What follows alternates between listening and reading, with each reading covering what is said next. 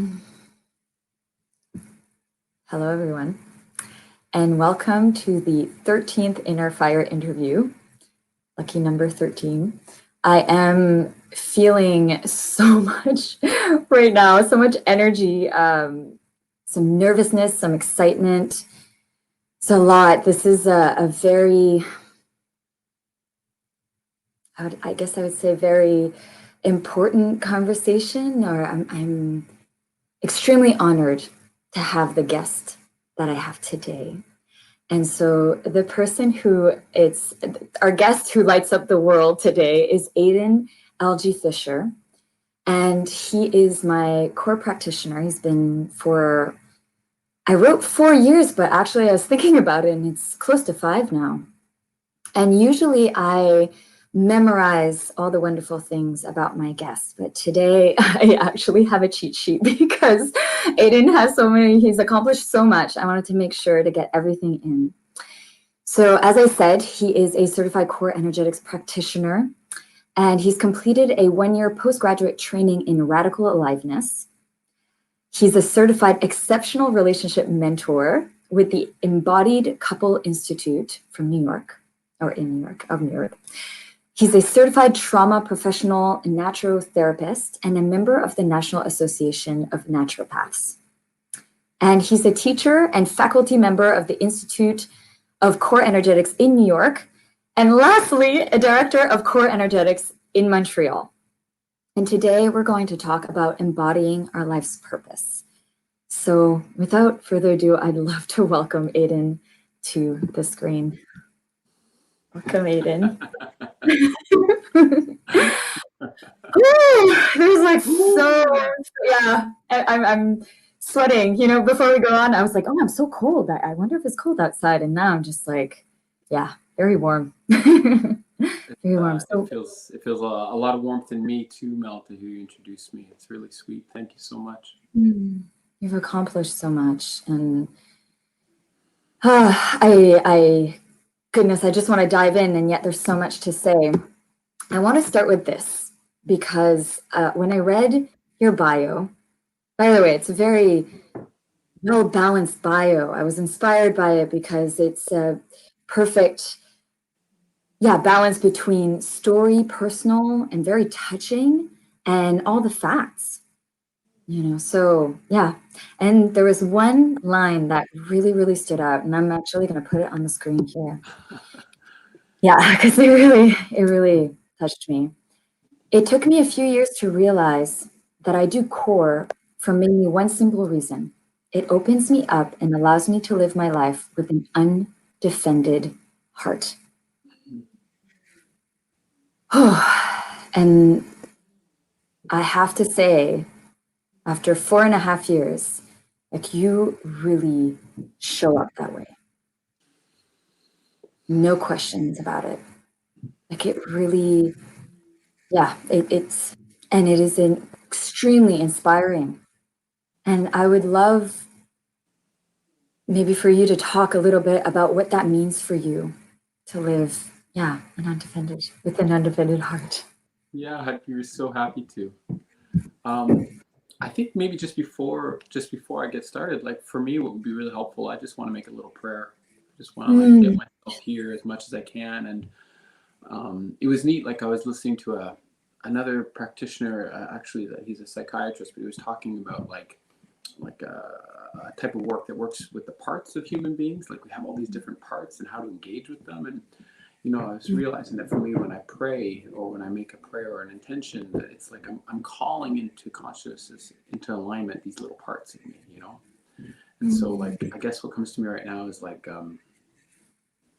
my intention is I want to be here with you, and I want to honor that people are going to watch and listen, and I hope they get lots out of it. But that's not so much my focus. My focus is really just to try and stay grounded and present. I know there's a place in me that gets like crazy, super excited about all of this and all this stuff and all this work, and that's a combination of like really being in line with my gifts, but it's also a place of euphoria, ungrounded, like, oh my God, finally people are going to love me in a certain kind of way, and that kind of really takes me away from myself. So I guess the prayer I want to make is that I get to have and be with both parts as I connect with you, so that I can be conscious and present. And I get to feel my breath. Yeah, already that feels good for me. Thank you. Feels good to me too. Yeah. You brought me here with you. Hi. I think you just gave a perfect example of what it is to live a life with an Yeah, undefended sure. right there. I guess I could say a bunch of things, but one thing for me about living my life where possible, I'm not Buddha, I'm like, but where I could just have moments of being undefended is really about choosing to be present, trying to come into now rather than having to be attached to yesterday or tomorrow. My life has been like punctuated heavily by living in the extreme. That's where I usually feel the most comfortable. Like either I'll be extremely active or extremely at rest, or like when I find something that is clearly resonating with some part of me, I kind of chew down on it all out. I just so like I've had a bunch of careers, I've done a bunch of different things, and it's just in my nature to just go all the way. And there's an element of control to that where it's like, I'm going to do this, I'm going to do this. But lucky for me, underneath that, there's been a mostly more powerful place of surrender. Like that's just been like, it's not the truth, but it feels like I have to go there. It feels like I have to do this, And so when I started core energetics, it found me like a lightning bolt, like, I found it, I don't know, but I did this workshop, almost 20 years ago now, and I was invited to do this workshop on core energetics, this like hippie crystal, weird core, I don't know what stuff.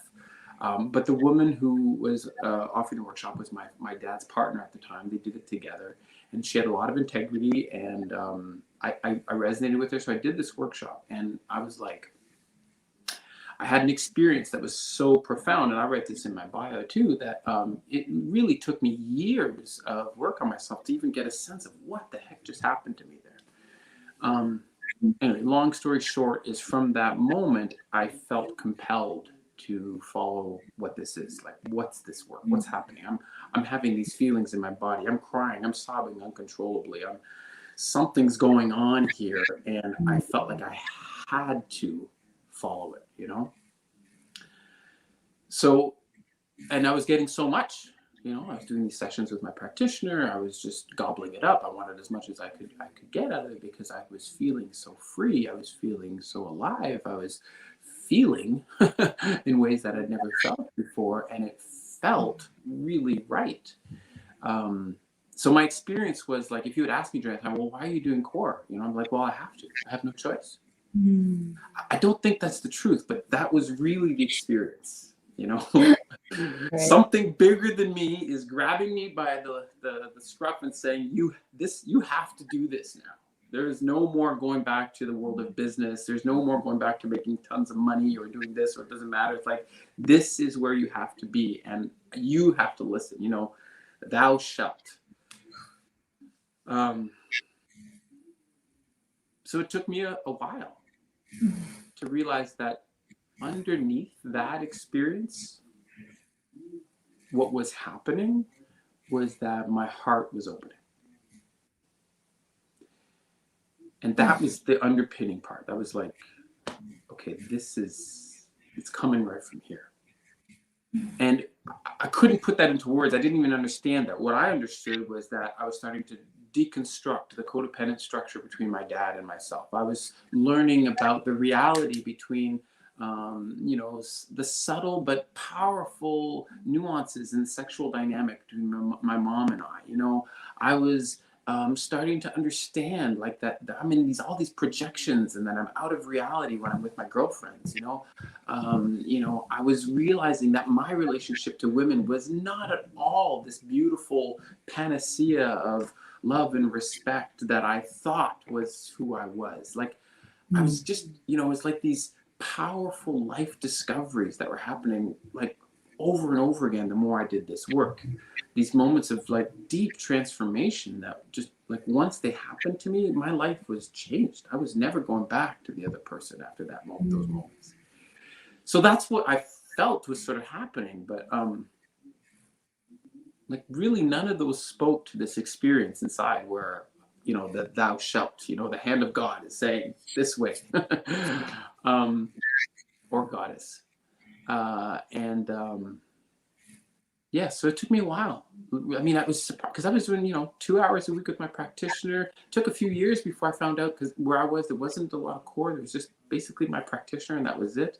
And so I was in Toronto when I started this, and after a few years, he had even said, you know, they're doing some of this stuff in New York. You might want to go try. You know, I'm like, oh, finally, like you could have told me this ages ago. Because I'm this intense guy, right? I'm gonna go for it, right? So yeah, you know, I ended up having to be at it for a while before finally it's like, wait a minute, when I could synthesize like the essence of all of these different powerful, like really life affecting and altering experiences that were changing my awareness of who I am, you know, at the bottom, I'm like, oh, my heart's opening. My heart's opening. I'm not holding on so tight. I don't have to protect all the time. Oh, I'm a control freak. Oh, I don't have to control all the time. I mean, I still do, but I don't have to be doing it as an automatic process. More and more, I can be like, oh, right now, it would be good to bring a little bit of control. That'll hold a container. I feel like it would be in service. Oh, right now, my little girl, my little boy, they're holding my finger. They're pulling me into the room because they want me to play vroom vrooms with them, cars. You know, I'm like, now's the time to surrender, you know, and say, I'm gonna let go.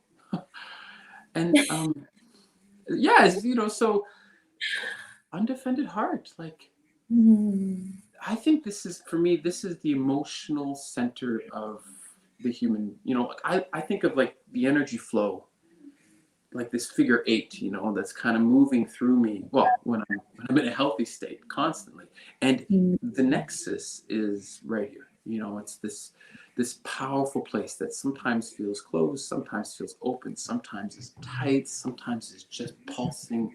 Sometimes I know it's coming from here, but I feel it like this big energy field around my chest. Yeah, so when it's undefended, when this powerful energetic part of my being is given permission to just come into the world, like way, way, way bigger than the egoic part of my being that says I should be like this or I should be like that.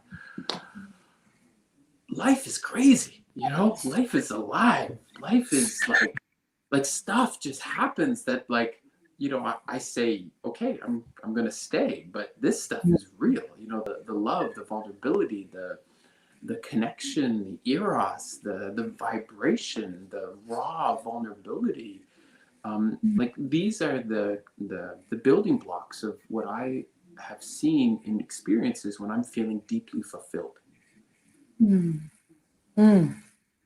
know, when I'm having a moment of grace, you know, and I'm like, this is why I want to be alive. And those moments for most people don't happen that often, I would think. But when I'm having a moment like that, I'm realizing that the mechanisms that are in place to support that moment mean this part is open. Anyway, I could go on, and maybe we will go on, but like, so yeah, I do this work because this work holds me. It contains, it supports me. It puts a really powerful energetic container around me that is so strong that I can trust that I can let go. I can give over. Go ahead. Yeah, no, just to, because you said, you know, I can yeah, I can open up, I can let go. And from my experience, from what I understand, is that in order to live with an undefended heart is to actually allow it to break and break open. And it's something that I've been really discovering in our recent work, in the group work, in our individual work, and on my own, just this, having this practice of allowing myself to be with my broken heart so that it can crack open and expand and be able to take more in and give more, this giving and receiving. So I really hear that is a pathway, that you've walked for a very long and continuously walk. It's all there is for me. I mean, everything else, it's not that other stuff is a distraction. I mean, I play video games, I watch Netflix, I'll have a beer and sit down on a Friday night and be like, I'm done. I have plenty of moments where I want to disconnect from reality, where I don't want to stay grounded. But those moments, they're choices. Mm. And what's awesome about a choice is if you're aware that this is a choice, then there's freedom because you can make that choice and you can also make another choice. Right. And Right? fully enjoy it and not be guilty about it. Yeah. And so I can choose to close my heart. I can choose to stay in control. I can choose to not be vulnerable. I can choose to not want to take responsibility for my life.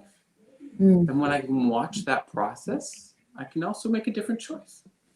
I can say, oh yeah, it's time to let my heart break. It's time to tell my wife, like, hey, I'm going to be live on Facebook. And rather than say, would you like to watch it? I can say, hey, you know what? I want you to watch it. Mm. It would make me feel good to just know that you're interested and you're there and I can feel you in my essence. So like just changing the paradigm around like which choice am I going to make that's going to let me have more of these moments where I get to like have these moments of grace, Mm. feeling these profoundly rich moments that honestly in my life now it's crazy. Like I've explored them so often that they're really accessible. They're so accessible. Like all I have to do is say, I'm ready to, for lack of a better way of saying it, I'm ready to let Goddess's grace come and reach me now.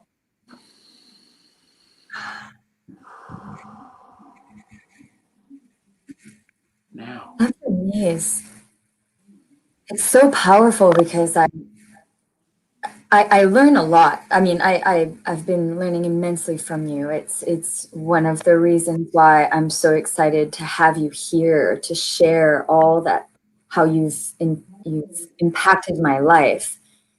And I'm just noticing that like this is another layer where I'm like, oh shoot, like I really what is that like?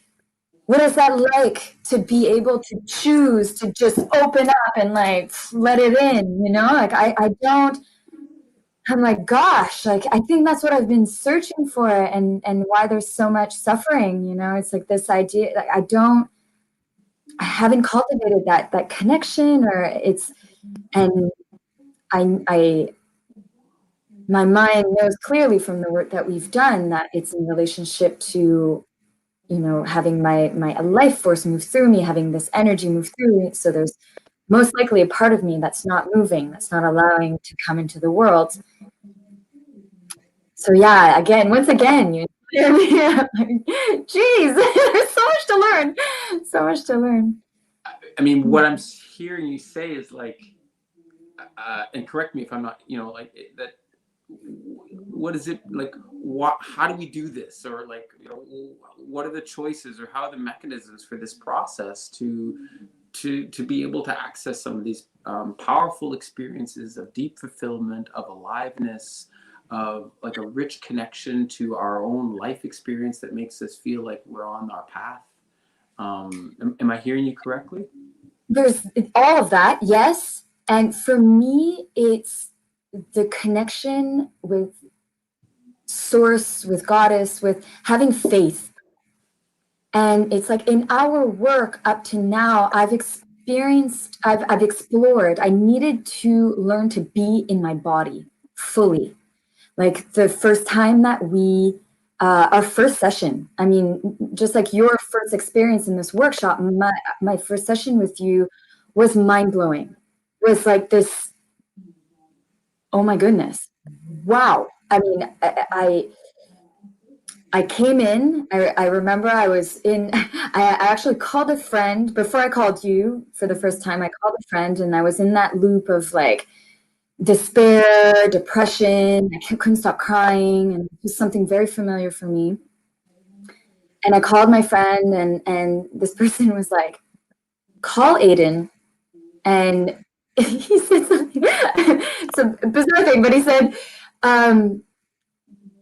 what he does is out of the box, just trust him and do what he tells you to do. Now, as a woman going to see a man, now looking back, I'm like, wow, that's some crazy advice. But, you know, I walked in and I trusted in that moment. I trusted there was something about how you created this safe container and the way that you spoke about energy, and that I was curious about and felt. I could feel that there was truth in what you were saying, even though I didn't understand that there was truth. And so I remember I was crying, and you said to me, "So it sounds like you're really angry." And I'm like, "Yeah, I'm really angry right now." Yeah, exactly. I'm sobbing. And you said, "So, you know, I'm not trying, this is not a joke, like, I'm not making fun of you, but, like, why the tears? Because, like, when I'm angry, I'm just like, ah, you know, yeah, I'm just," and I was like, "Oh, you know, there's this moment of, like, not computing, you know, and then you had have an experience around that with the cube, moving my energy, hitting the cube, and then, you know, what emerged from there was this, like, and, you know, anger came up and power came through, all this energy, and then my sexuality, and then this idea of, whoa, like I have been pushing down on my anger, pushing down on my sexuality, like everything's just boop, boop, boop, boop, boop, just piled up all nicely, neatly in there. And holy shoot, like, what is this world? What is this, you know? What is this world? Yeah. What is this world? This crazy world. You know? Yeah, and it's not so much outside of us, right? no. I mean, that's the thing I find so amazing about this work, and basically any spiritual work, honestly, because the essence of what I do is a spiritual journey. It's that basically all the answers are already written. You know, it's already done. You know, we just have to be willing to let them come to the world, to the light, come to surface. Like this place in you, this place of power, of maybe really righteous anger, it was already there. Yeah. Right? Oh yeah. All we did is say, hey, let's move some of these other things out of the way and see if this place could, if you want to come into the world, you know?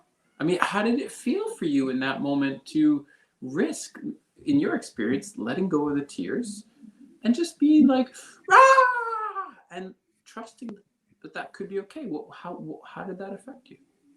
Well, it keeps affecting me the same way. I am always in awe.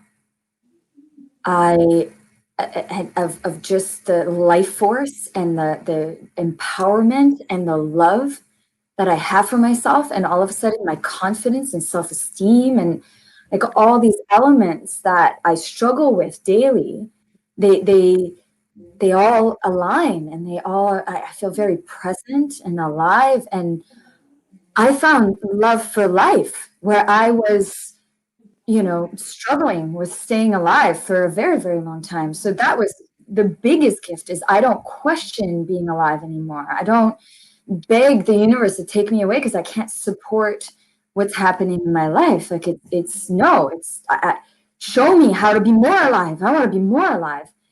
And it was a big thing for me to go through that, because this idea, I had been on what I felt like was a spiritual journey before, learning about being present and meditating and, you know, but what I was taught was what is now known sort of as like spiritual bypassing, is this idea that I couldn't welcome all these parts of me. They weren't good.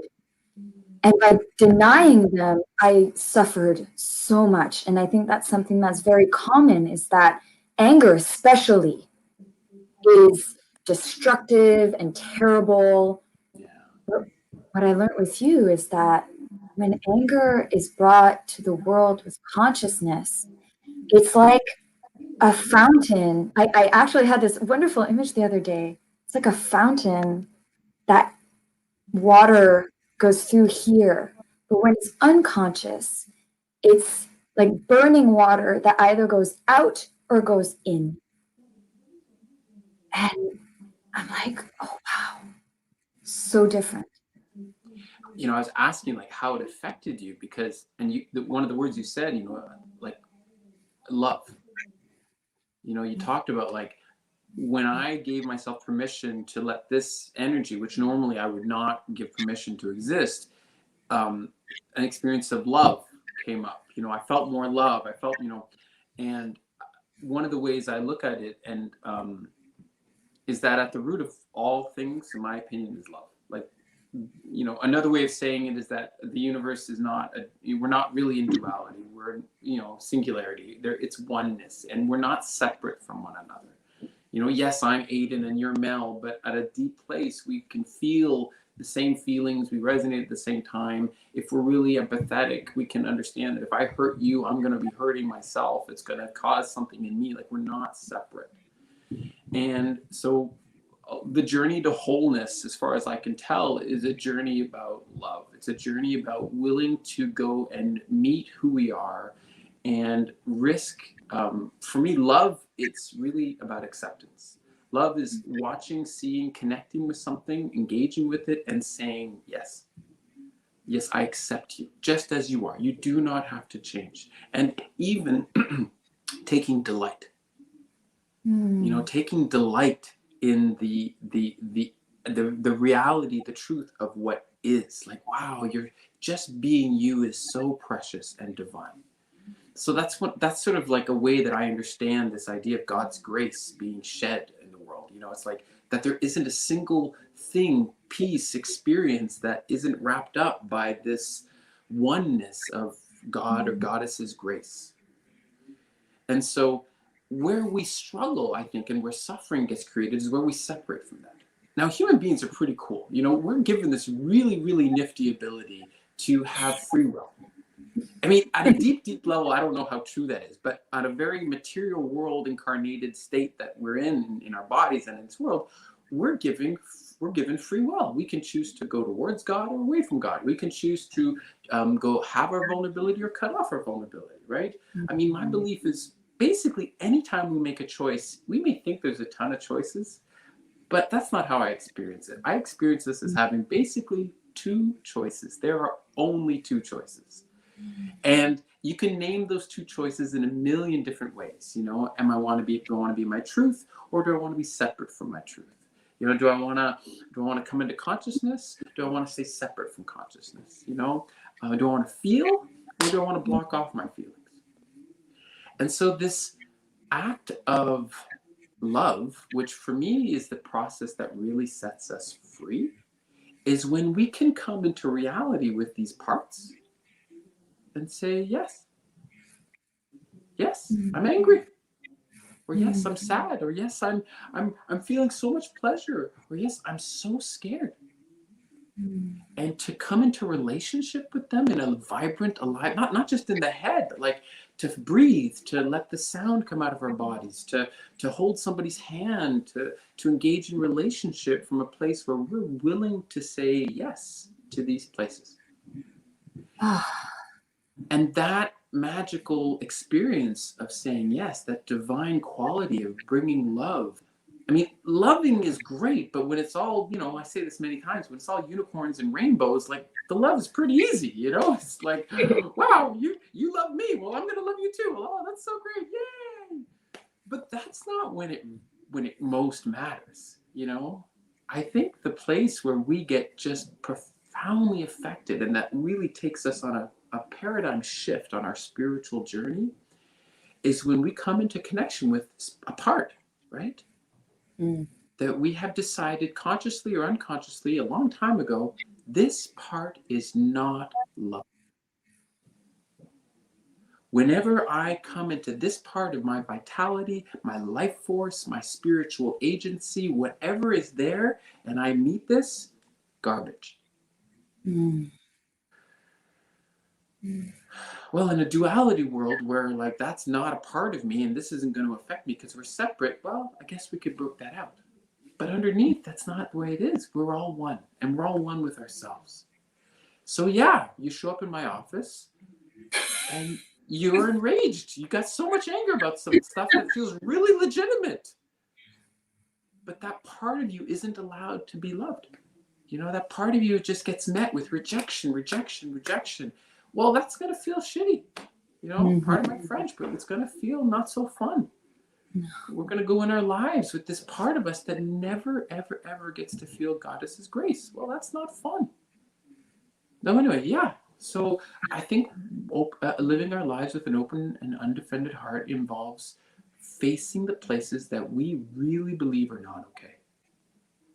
And risking in us and in others, like, what would happen if I was willing to say yes to all of this energy? Now, make no mistake, that doesn't mean we watch somebody do something terrible and nasty and then condone it, right? It's not saying somebody on the street who decides to punch another person in the face just for fun that we say, wow, that's great behavior. I'm so excited. I'm going to say yes to that. That's not it. This isn't about like making actions that can create a lot of struggle and misery, something that we're just going to, you know, say go for it. But it's about being willing to understand that underneath all of these choices, there is a feeling. All of these actions that create so much suffering in our lives or in the lives of others, there is an experience that's informing these actions. And when that experience gets denied, the actions are acting out of unconsciousness. We don't even see it happen. You know, we do something terrible to somebody we love, and then we're like, wow, that wasn't me. I can't, people who really know me know that that's not me. Like, well, who else was it? You know, it's like, it is me. And if I'm willing to engage with that part of me with curiosity and empathy and with a willingness to meet it and say, hi, tell me about who you are. Oh, you really want to hurt someone. Oh, you want to hurt yourself. Oh, you really want to just disconnect from all your power and your leadership. Oh, cool. Tell me all about that. I'd love to find out more. Yes. Crazy, profound transformation can occur because in all of those parts, there is so much aliveness. There is so much energy, and it is us. It's part of who we are. So, like, that acceptance is the key to letting this stuff come back into the world. But hopefully this time with 2 feet on the ground, a capacity to breathe, an ability sometimes to slow it down, to watch it, and to allow this energy to start to build a relationship with our conscious choices. And I can be super angry and decide to cry and fall apart and feel bad about myself and blame and shame and get guilty. That's one choice. But when I really watch it and like, oh, I can make a new choice. Anyway. No, it's amazing. It's amazing. I'm thinking, you know, all this information comes from the body. all that we're all that you're talking about, all this information, the energy, the consciousness, like it's by moving energy. And I don't think that you mentioned it earlier when you were saying like there's so many ways of looking at it, like in terms of choices, right? That we have two choices. And one thing that you often say in your sessions and in workshops is that either the energy moves or it doesn't move. Yeah. Can I And say it again? Because it's like my favorite energetic law. There's a bunch of laws about energy and spiritual truths, I believe. And my favorite one is the most complicated. It is, I'm kidding, it's not complicated at all. It's super energy that moves. Move. Yes. Energy that doesn't move. Doesn't move. Doesn't move. Right. Sorry, thanks. I get so much No, pleasure. that's so great. And I want to take another quote from your bio that's in line with this.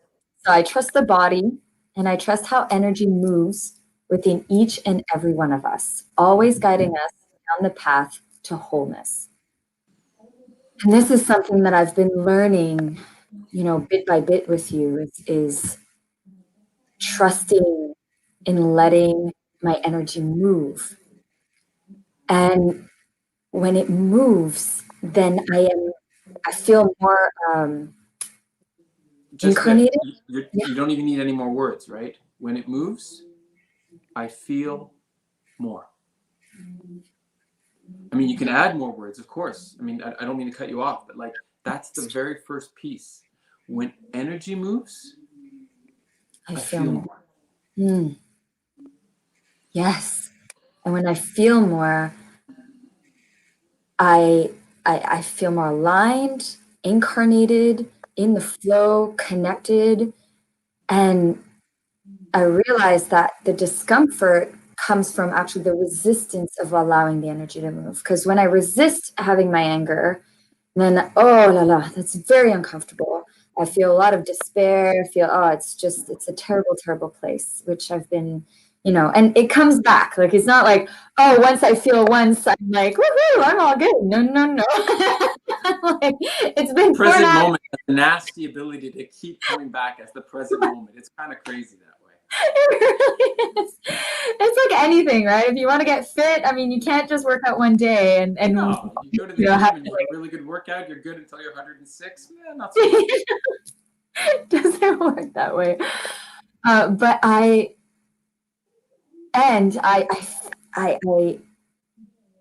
love it.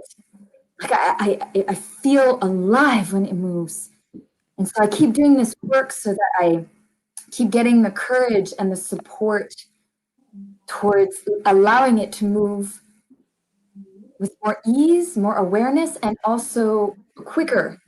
That I happen to acknowledge, like, oh, my energy, like I'm feeling like this because my energy is not moving.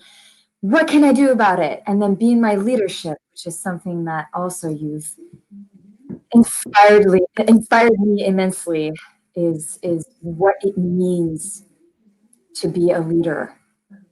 And I would like to share. I mean, I don't know if you want to comment on what I just said. Yeah, if you like, I can. I mean, I'm following. Mostly, I'm following you. Go ahead, and I'll come back to the leadership after. Okay, so the body. I trust the body, and I trust how energy moves in the body, always seeking to lead us back to wholeness. My belief as a human being is like a whole bunch of parts, right? And that we exist on the spiritual, the emotional, the mental, the will, the physical, the sexual, the energetic, all simultaneously. And they're all interrelated. I mean, they're not really separate. They're just kind of like different ways to look at the prism. I can look at somebody through their body, or I can see them through their energy field, or all these different ways. They're all interconnected, telling a story. And at its root, what I believe is that they're all going to vibrate based at a profound place of where we're at on our spiritual path, where we are in relation in this breath, in this moment, to being on, aligned with our life's purpose or not. And so as we go about our life with every single breath, we're going to have these experiences that are happening in our bodies, in our minds, in our energy field, etc.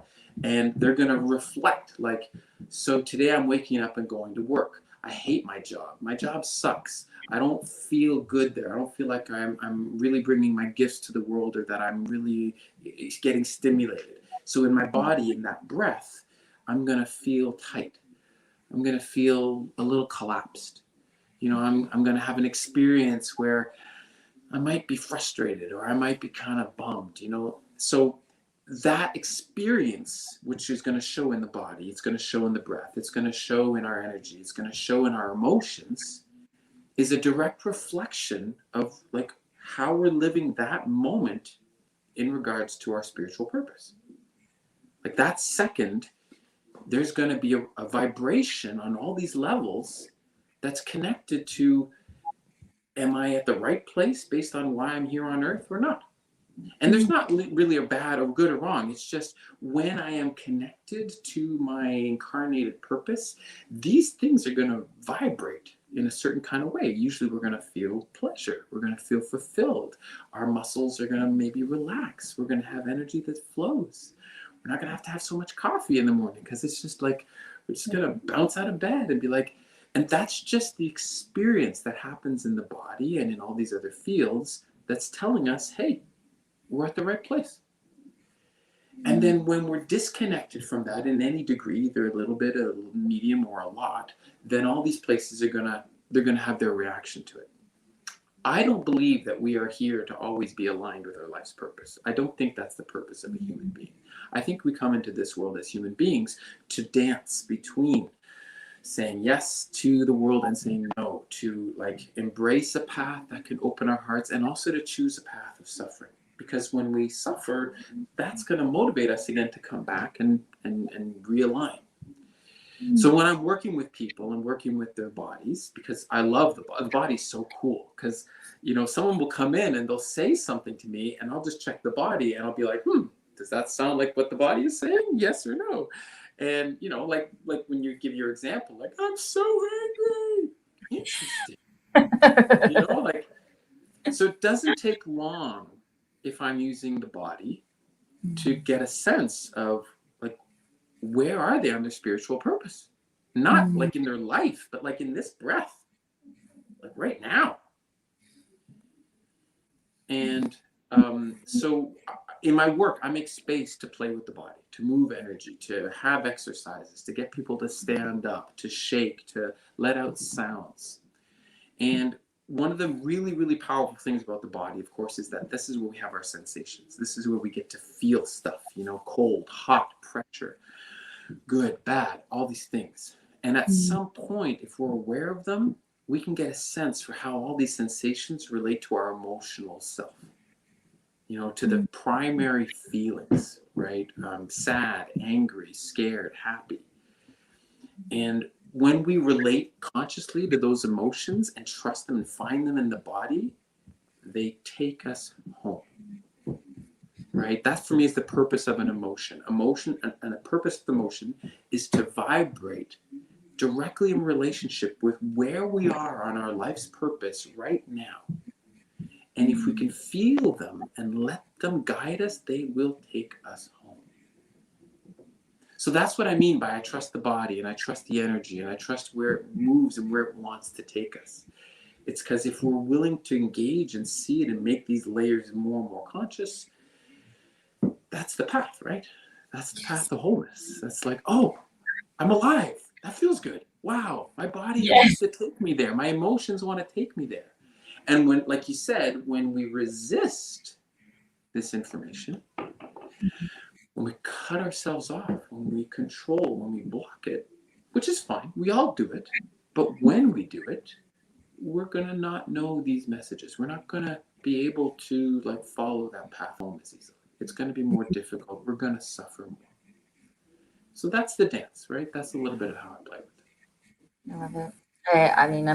I completely agree with you that all the body, the body has all the information, and the more that like I'm a dancer, I'm a mover, I'm already in my body in a certain way. but this work has brought me to experience it in a completely different way, where when I put both together, for me, I'm in my full self-expression. And that feels like my life's purpose. And yet I struggle with it so much, allowing myself time and space to go there.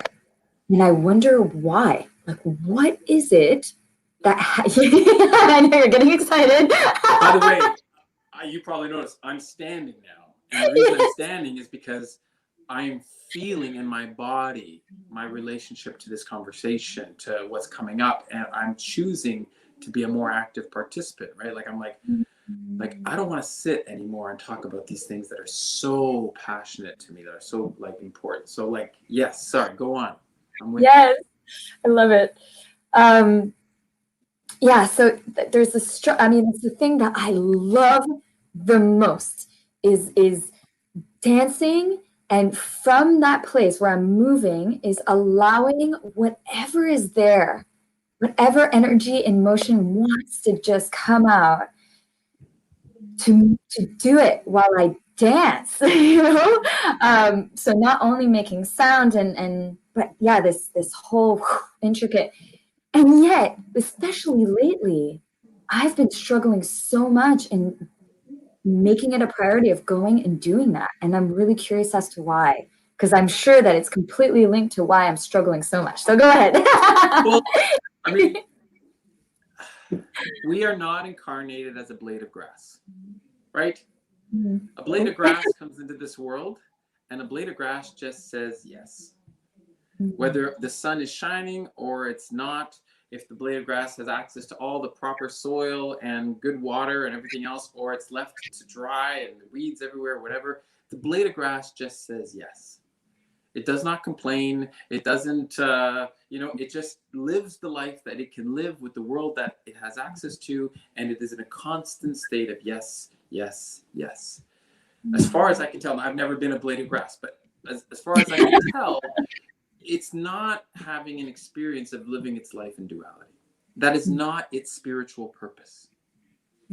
Human beings are given the experience of we get to choose.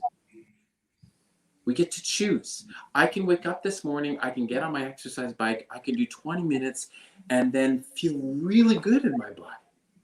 Or I can sit around with a cup of tea and, hang around in my house coat and just like take a chill and not be in the same state afterwards. It's just a choice. I can go to the gym, I can not go to the gym. I can choose to get into my vulnerability and let this energy in me flow, and I can resist it. Now, that's not an accident. It's not an accident. When we come into this world, I think, I don't know if this is fully true, but the idea that I like to think about is that for the most part, we are basically open for business. We are more connected at the beginning of our lives to our oneness, our spiritual oneness, than later on, because we're coming from spirit, right? We incarnate from spirit, and then we get to be a human being, a material body, flesh and blood on this earth kind of experience.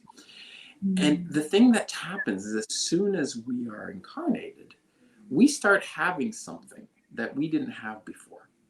Something starts to occur in our life that is really important, that we didn't have when we were one spirit aligned, divine light, part of the wholeness, right? As soon as we are material, we start to need. Like we start to need. We are no longer just like this, divine light that's part of the whole oneness of all things, that's indestructible and more, no, now we're a little baby. Now we're a 4-year-old, now we're a 10-year-old, now we're a 40-something, and at every single breath, now we are given an experience where we need it. And this will step into leadership in a minute if we have a chance, but like these needs are what propel us in our life. It's the motivator. It's like, because I need this, my life is going to take a certain path. So I need love and support. So I'm going to develop a capacity to go get love and support. Later on, I need to play with toys that are exciting to me and my personality. So I'm going to want this kind of stimulus. And later on, I need friends. And later on, I need to be in a job that fulfills me. And I need to have a sexual partner that feels like I can be connected with them. And we have all these needs, right? And in an ideal world, these needs would just get met, right? Our need would get met. We'd feel fulfilled. Thank you. And then we take another step on our evolution and go to the next need. And then that need gets met. Oh, good. And then I can grow. My self-esteem can grow. My ability to go in the world grows. And we take more and more steps and we just keep evolving. Small little problem. No one's needs always get met. Every human being is built to break.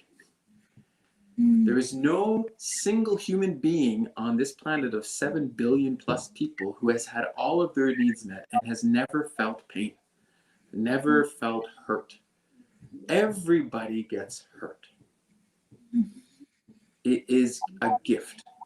We cannot fulfill our spiritual purpose if we are aligned all the time, because then we will never experience duality. We have to get hurt so that we're like, whoa, yeah, I need this. But when I went to that need, I got hurt. That sucks. I don't want to get hurt anymore. So I'm not going to go to that need anymore. Yeah, but if that need gets fulfilled, you're going to feel good. Yeah, but I went to get that need fulfilled and I didn't feel good. I got hurt. So I'm not going to go there. I don't want that energy in me to flow anymore, because now my perception, my awareness, which is usually not that mature at that point, says this need here may not be so safe. I may not feel good if I go to that. I may not feel good at all. I might get really, really hurt. And so we start to create this duality. That parts of me say, I will be aligned. I'm going to do this thing that's right and good and feel blessed. And another part says, no, I'm not going to. I'm not going to have it. I showed my anger. I got really angry and you hit me. Or you shamed me, or you left me, or you walked away from me. I'm like, oh, that didn't feel good. Well, I'm not going to show my anger anymore. Why would I do that? Or I was really, really vulnerable and I told you that I loved you and you broke up with me. Like, you didn't even call me anymore. You just ghosted me. Oh my God, that doesn't feel good. I needed to feel reciprocity. I needed to feel seen and connected, and I shared my love and you left me. Well, forget that. I'm not going to love the next person. And you know what I mean? Go ahead. Well, I'm just curious, so with all, knowing that my needs, I'm trying to make the correlation with the fact that I desire to dance and be fully, it feels so good. It does. It feels so good. You're right. But where do you think the parts of us that don't feel so good exist?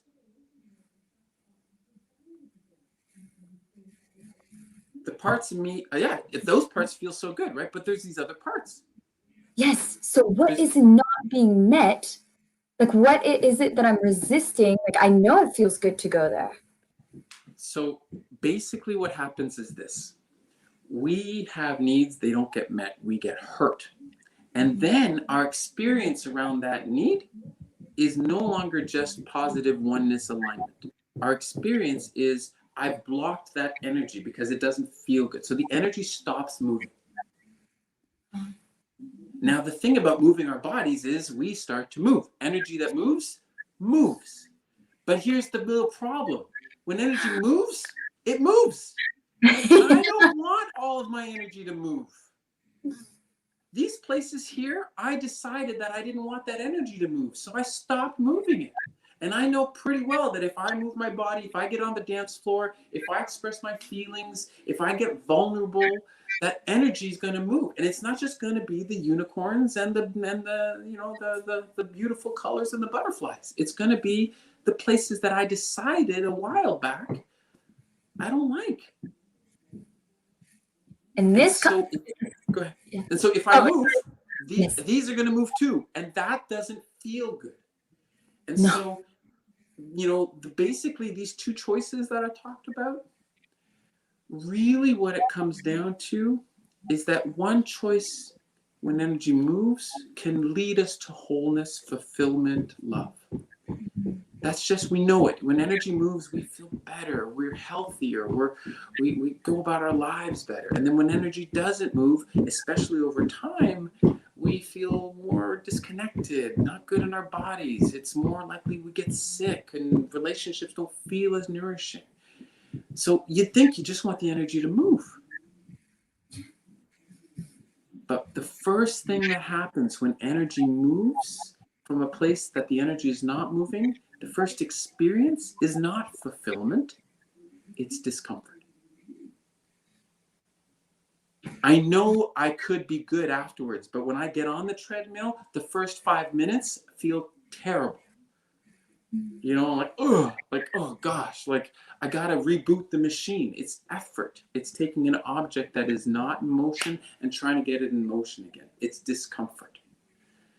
And so when we face that discomfort, especially with limited consciousness, we're like, this doesn't feel good.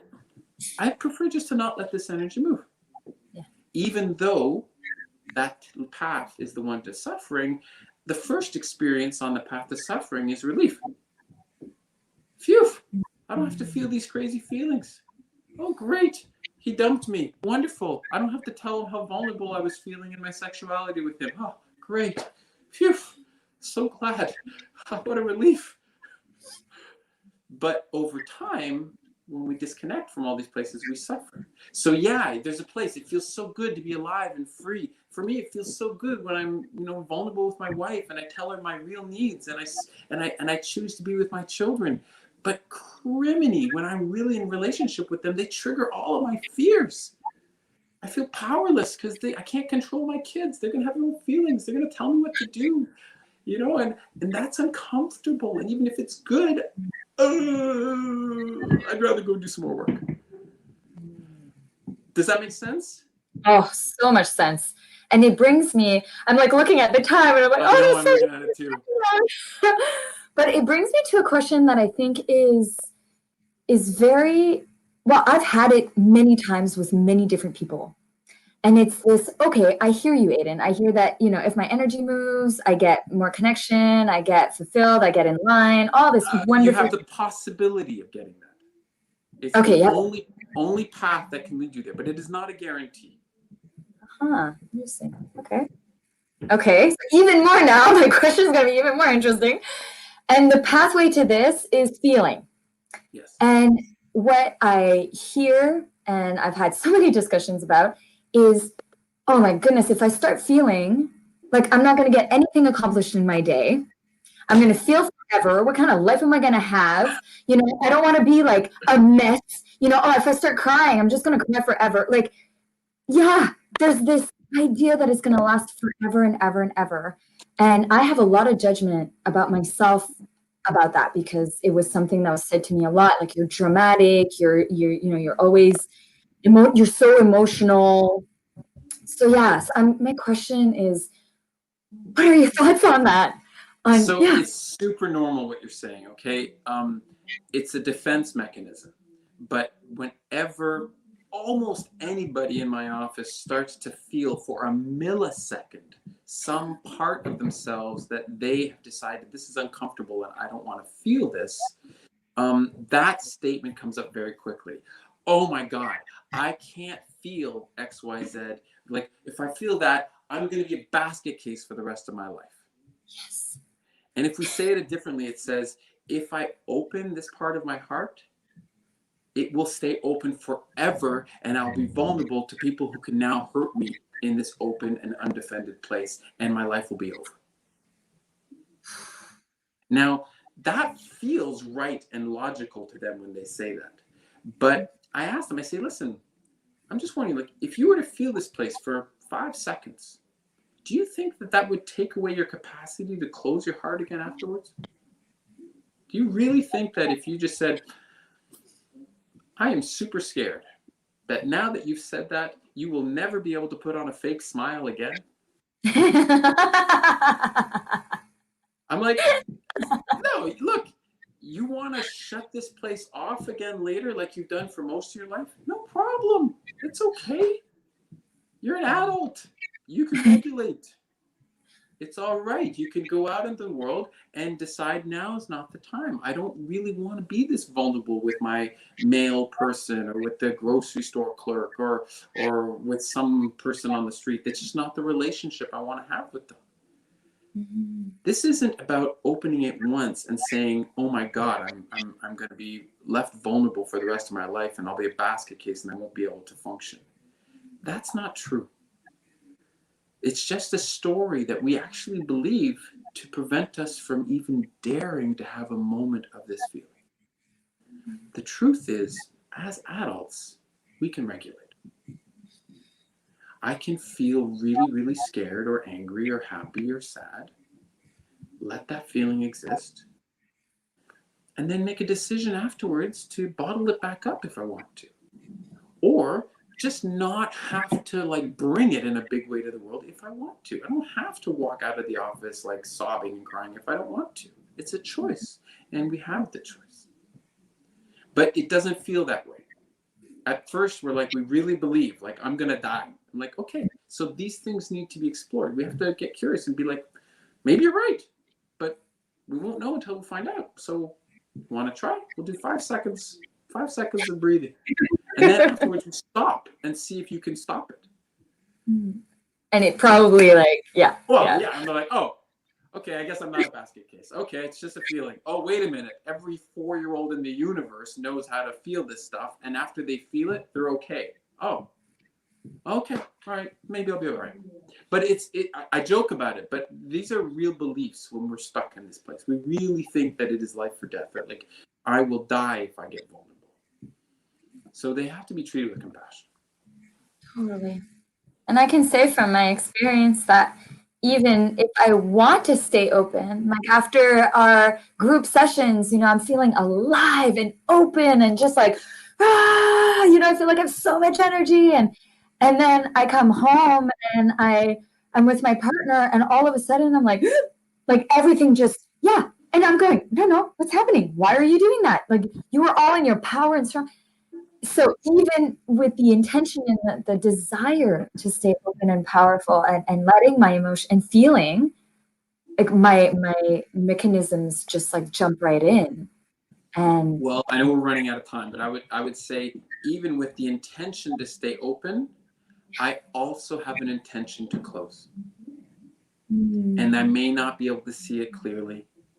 But this place where you close when you get home from your partner, it's not an accident, right? It's not the couch in your living room that forces you to close. It's not your partner, right? That place happens because there's a choice that gets made. Even if it's not seen clearly, a choice gets made, and that's within us. So we can still treat those experiences with curiosity and be like, why am I having this experience of openness now? And then I get here, and then I have an experience of being closed. That's interesting. I wonder about that. I wonder if that's something that's forced on me, or maybe I have some agency here. Could I actually choose to stay more open for 5 seconds when I get home with my partner and see what happens? And then the other thing I would just say is that the rhythm of the universe, the healthy rhythm, is expansion and contraction. We cannot just stay open. If we just keep growing, we explode. And we can't just contract, we would implode. The healthy vibration of the universe, of everything, is it's just this process of saying yes to the yes and yes to the no, and letting them flow together, and then they support each other, and that's how we have a sustained, healthy, grounded ability to go into the world. thank you, Aidan. Thank you. I would keep this conversation going all day. It's so riveting. And we didn't get to leadership, but I just want to name it because it's very important for me to say to you that the way that you show up in your workshops, in group, in our individual sessions, that for me has been revolutionary in understanding what a powerful leader is to me. The way that you show up, like you walk your talk. There's no doubt about it. and it is transforming my life and my perception on what it is to be in my leadership and to be of service. So thank you for that. Thanks, Mel. I really take that in. It's such a gift. I received that. Thank you so much. You're welcome. I'd love for you to mention about the workshop that you're doing in March. Sure. I will be doing my next intro workshop on energy and consciousness. It is a crazy, powerful, beautiful workshop. March 26th to 26th, 26th and 27th. I don't think it's the 28th. It's okay. I think it's just Friday evening and Saturday. This workshop will be virtual because of the pandemic. A lot more stuff is virtual. I was really scared about virtual things until I realized, holy cow, they're so powerful. We did one recently and like blown away. So it will likely be done over Zoom, which means people from all over the world can come and participate.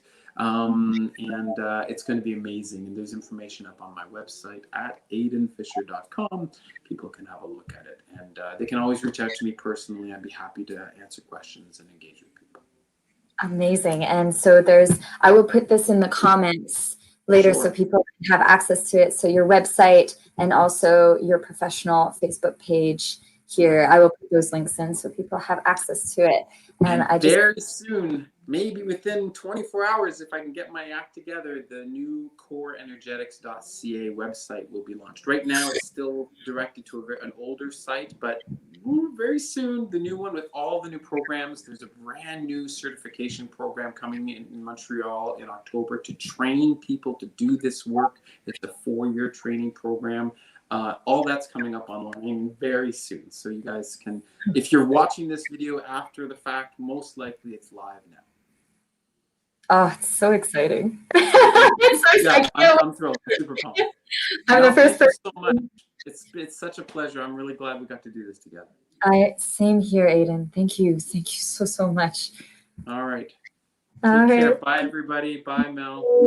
Bye. Oh, thank you so much for tuning in. What am I? I'm feeling inspired. I had new insights, new realizations in this conversation, and that feels really good. It's kind of funny. It's almost like I got a session but without doing what we normally do. I'm so grateful for Aidan for showing up, and I really strongly encourage you to give that introductory workshop a go. It is really powerful on Zoom. I was surprised because I've done all of his workshops live, and then the last one we did it on Zoom. And even the people who had never done core energetics before showed up so powerfully, and a lot happened, and I'm extremely grateful for Zoom that we're still able to connect and do this work together. So check it out. I'll put the links in the comments, and please share this interview with anyone that you believe would be affected and what's the word? Would get this, would receive a lot from it. So I wish you a wonderful day and see you in 2 weeks. Ciao.